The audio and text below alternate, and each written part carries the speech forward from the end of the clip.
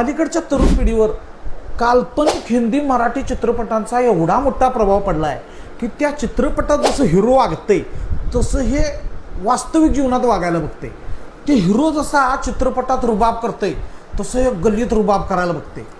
गुटख्याची गुच्छी तोंडात धरून पिचकारी मारत दुसऱ्याची गाडी रेस करत गल्लीतनं फिरतंय आणि संध्याकाळी हातरुणात झोपलं आणि ह्याच्या स्वप्नात भूत आलं की हे फळाफळा मुततं.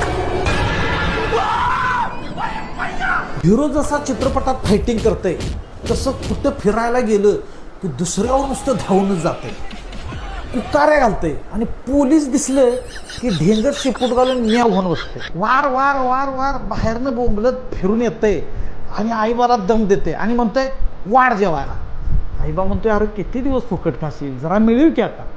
तर बाला म्हणतोय तुगा मला पैसे ऑनलाईन मिळते. ह्याचा रुपा बाहेरच, कारण गल्लीत ह्याची किंमत 4 आण्याची आणि बाहेर मस्ती 12 आण्याची. अरे भावानं, अरे चित्रपटात काम करणारा ॲक्शन हिरो सकाळी 4ला उठून जिम करतोय, तो सगळं कष्ट करतोय आणि मगच तो ॲक्शन हिरो होतोय. तो चित्रपटात काम करायला पैसे घेतोय आणि तुम्ही त्याची नक्कल करत बाच्या कष्टाचा पैसा उडवताय. कसं व्हायचं तुमचं? अरे हिरो व्हायचं असेल तर उद्योग क्षेत्रातलं व्हा, फायटिंग करायची असेल तर स्वतःच्या करिअरमध्ये अडचण येणाऱ्या संकटाशी करा. नाहीतर आजचा तुमचा ॲक्शन हिरो कवा मातीत जाईल सांगता येणार.